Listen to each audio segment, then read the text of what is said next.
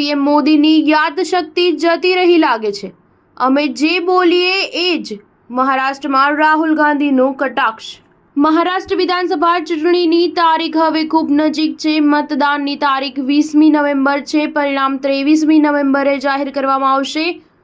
આ દરમિયાન તમામ રાજકીય પક્ષો મતદારોને રીઝવવાના પ્રયાસમાં વ્યસ્ત છે અને એકબીજા પર પ્રહારો કરી રહ્યા છે।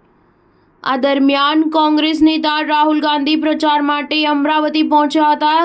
આ દરમિયાન રાહુલ ગાંધીએ જાહેર સભાને સંબોધતા વડાપ્રધાન નરેન્દ્ર મોદી અને ભાજપ પર જોરદાર નિશાન સાધ્યું હતું।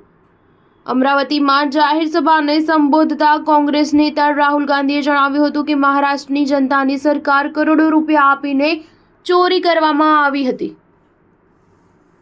આજે મહારાષ્ટ્રનો દરેક વ્યક્તિ જાણે છે કે તે સરકાર શા માટે ચોરાઈ હતી। આ ધારાવીને કારણે થયું હતું કારણ કે પીએમ મોદી અને ભાજપના લોકોએ તમે તમારા મિત્ર ગૌતમ અદાણીને મહારાષ્ટ્રના ગરીબોની 1 લાખ કરોડ રૂપિયાની જમીન આપવા માંગતા હતા એટલે તમારા હાથમાંથી મહારાષ્ટ્ર સરકાર છીનવાઈ ગઈ છે।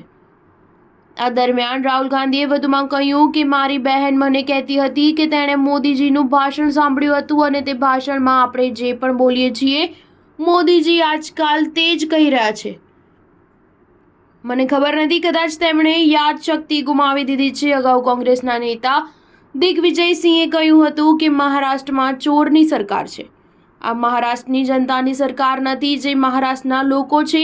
રાજ્યમાં મહાવિકાસ આઘાડીની સરકાર બનવા જઈ રહી છે।